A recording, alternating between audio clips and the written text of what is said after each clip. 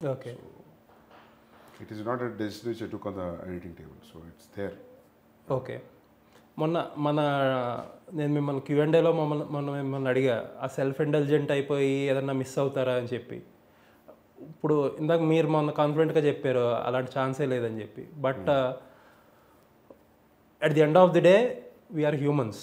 We tend to ignore certain things. అన్నీ మనకు తెలియాలని ఏమి ఉండదు జనరల్గా. ఇప్పుడు అంటే మీకు బాగా నమ్మకం ఉన్న వాళ్ళు ఎవరిదన్నా చూసి ఒక సెకండ్ ఒపీనియన్ తీసుకోవడం, ఎవరికైనా చూపించి అలాంటిది ఏమైనా జరిగిందా ఎడిటింగ్ వైజ్గా?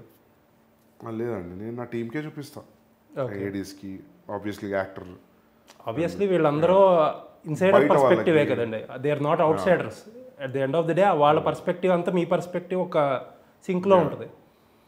నేను అంటే నా స్కూల్ ఫ్రెండ్స్ ఉన్నారు, వాళ్ళకి అప్పుడప్పుడు చూపిస్తాను. ఇది కూడా చూపించాను నేను, ఫస్ట్ హాఫ్ చూపించాను, వాళ్ళకి బాగా నచ్చింది. ఓకే.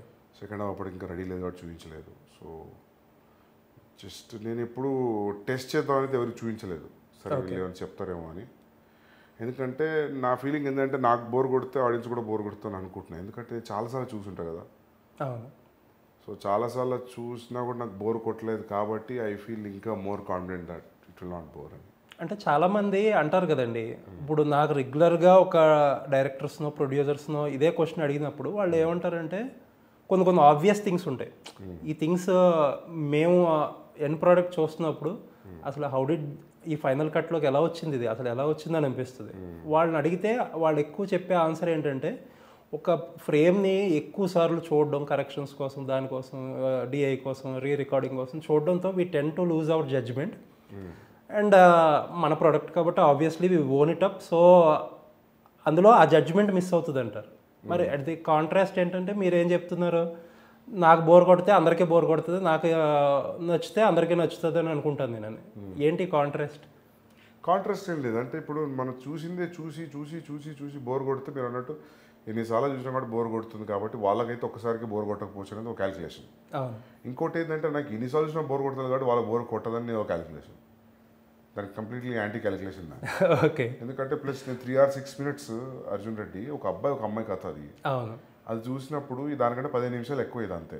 ఇందులో చాలా ఫ్యాక్టర్స్ ఉన్నాయి. ఇంకా ఇందులో ఫ్యామిలీ ఉంది, వైఫ్ ఉంది, కిడ్స్ ఉన్నారు, ఫాదర్ ఎమోషన్ ఉంది. So emotionally very thick film compared to Arjun and Kabir.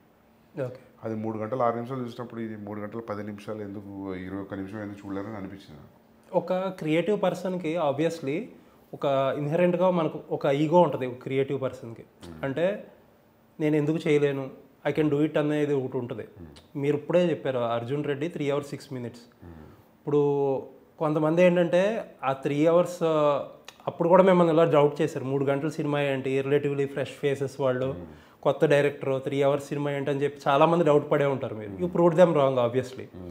ఇప్పుడు ఒకసారి ప్రూవ్ చేశారు కాబట్టి ఈగో ఉంటుంది అంటారా? డెఫినెట్గా ఉంటుంది ఈగో. ఓకే, చూద్దాం ఇది ఎవరు కరెక్ట్ అయితే. ఈగో లేదు, అదేం లేదు, అబద్ధం చెప్పడం డెఫినెట్లీ ఉంటుంది. ఒకసారి ప్రూవ్ చేసాం కదా 3 గంటల 6 నిమిషాలతో, మళ్ళీ ప్రూవ్ చేస్తాను. ఈసారి 3:25 కూడా చూపిస్తాను నేను, అది ఉంది నాకు కూడా. ఓకే, 3:25 సక్సెస్ అయితే ఇంకా అంతకంటే ఎక్కువ ఏం పోనండి. ఓకే, 3:45 వరకు అయితే పోవచ్చు, 3:40 వరకు వెళ్ళొచ్చు. 3:45 దానికంటే మించి ఉంటే part 2 చేసుకోవడం బెటర్ అనేది నా పర్సనల్ ఫీలింగ్. ఓకే.